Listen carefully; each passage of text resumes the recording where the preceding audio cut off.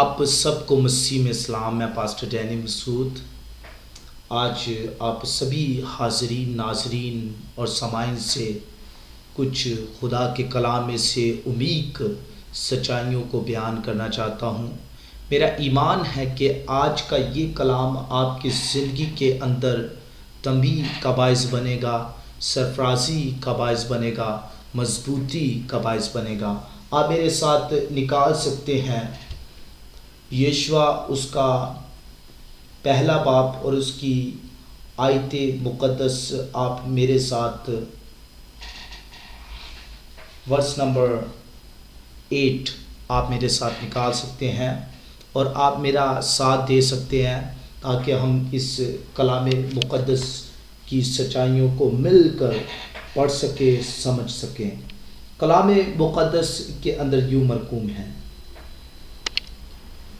شریعت کی یہ کتاب تیرے منہ سے نہ ہٹے، بلکہ تجھے دن اور رات اسی کا دھیان ہو، تاکہ جو کچھ اس میں لکھا ہے اس سب پر تو احتیاط کر کے عمل کر سکے، کیونکہ تب ہی تجھے اقبال مندی کی راہ نصیب ہوگی اور تو خوب کامیاب ہوگا. آمین. خداوند کے کلام پڑھے اور سنے جانے پر خداوند کی خاص برکت ہو.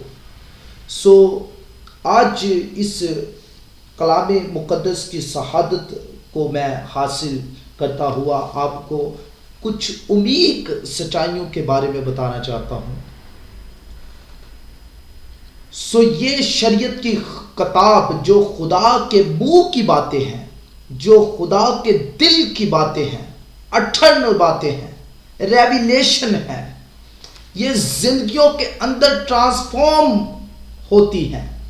یہ باتیں زندگیوں کو بدلتی ہے، یہ باتیں زندگیوں کو تبدیل کرتی ہے، یہ باتیں زندگیوں کو حوصلہ دیتی ہے، یہ باتیں زندگیوں کو تسلی دیتی ہے، یہی باتیں زندگیوں کو اٹھا کھڑا کرتی ہے، یہی باتیں زندگیوں کے لیے باعث برکت اور باعث نجات کا سبب بنتی ہے. یہی باتیں جو آج ہماری زندگی میں موجود ہے، ہمارے ہاتھوں کے اندر یہ کلام مقدس موجود ہے، یہ خدا کے جلال کا سبب ہے، یہ خدا کے الفاظ ہیں، یہ خدا کے منہ کی باتیں ہیں، یہ خدا کے دل کی باتیں ہیں. یہ شریعت کی کتاب ہرگز تیرے منہ سے نہ ہٹے، دن رات تیرا دھیان اس شریعت کی کتاب پر ہو. تو اسی کتاب کو دیکھے، تو اسی کتاب کو پڑھے، تو اسی کتاب کو نوش کرے. اور اے میرے عزیزو، جب یہودیت میں کوئی بھی ماں اپنے بچے کو روٹی کا نوالا کھلانے سے پہلے جو ٹیچنگ دیتی تھی، وہ ٹیچنگ یہ ہوتی تھی کہ اے بیٹے، اس روٹی پر چھپے ہوئے یہ 10 احکام پڑھ لے، یہی کلام ہے اور یہی زندگی ہے، اور یہ کلام تیری زندگی کے لیے باعث نجات ہے. تو اس کلام کے بغیر کچھ نہیں.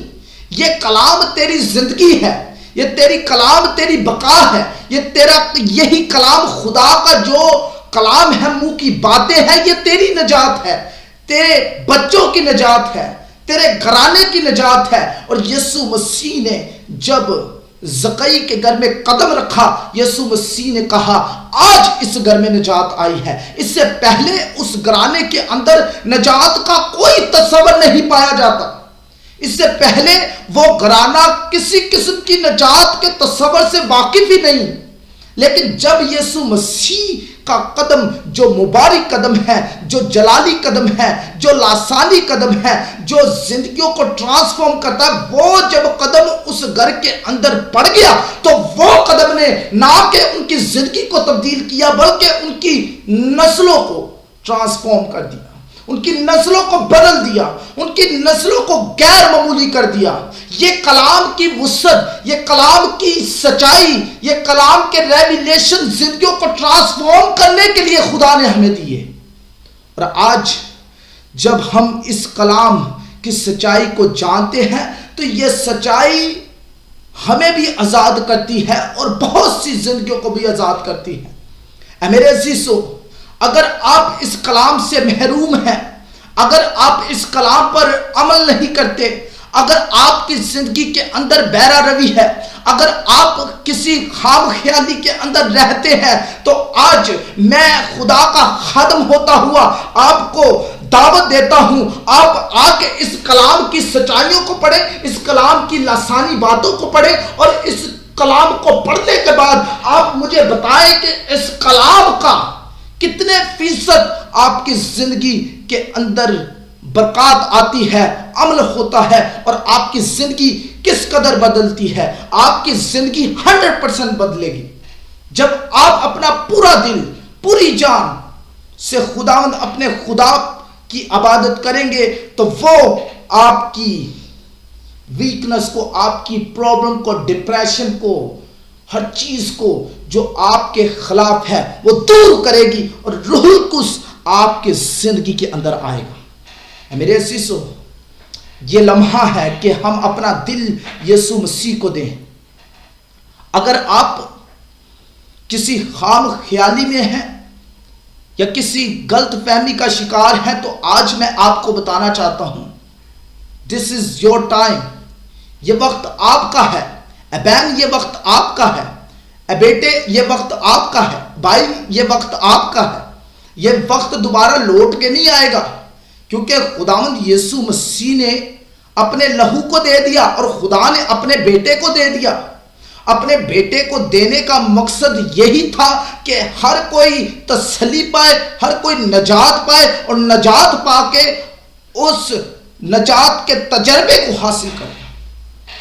یسوع مسیح کو بھیجنے کا مقصد یہ تھا کہ ہر زیرو انسان نجات کے تجربے کو محسوس کرے، اس آزادی کو، اس فریڈم کو محسوس کرے۔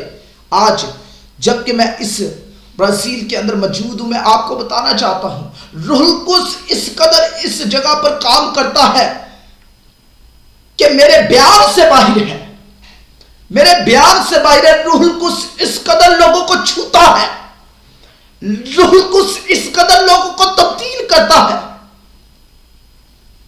اے میرے عزیزو، جب تک آپ ویسی پرستش نہیں کریں گے جیسی خدا چاہتا ہے، تو آپ ہرگز کامیاب نہیں ہوں گے۔ خدا آپ کو پرستار بنانا چاہتا ہے۔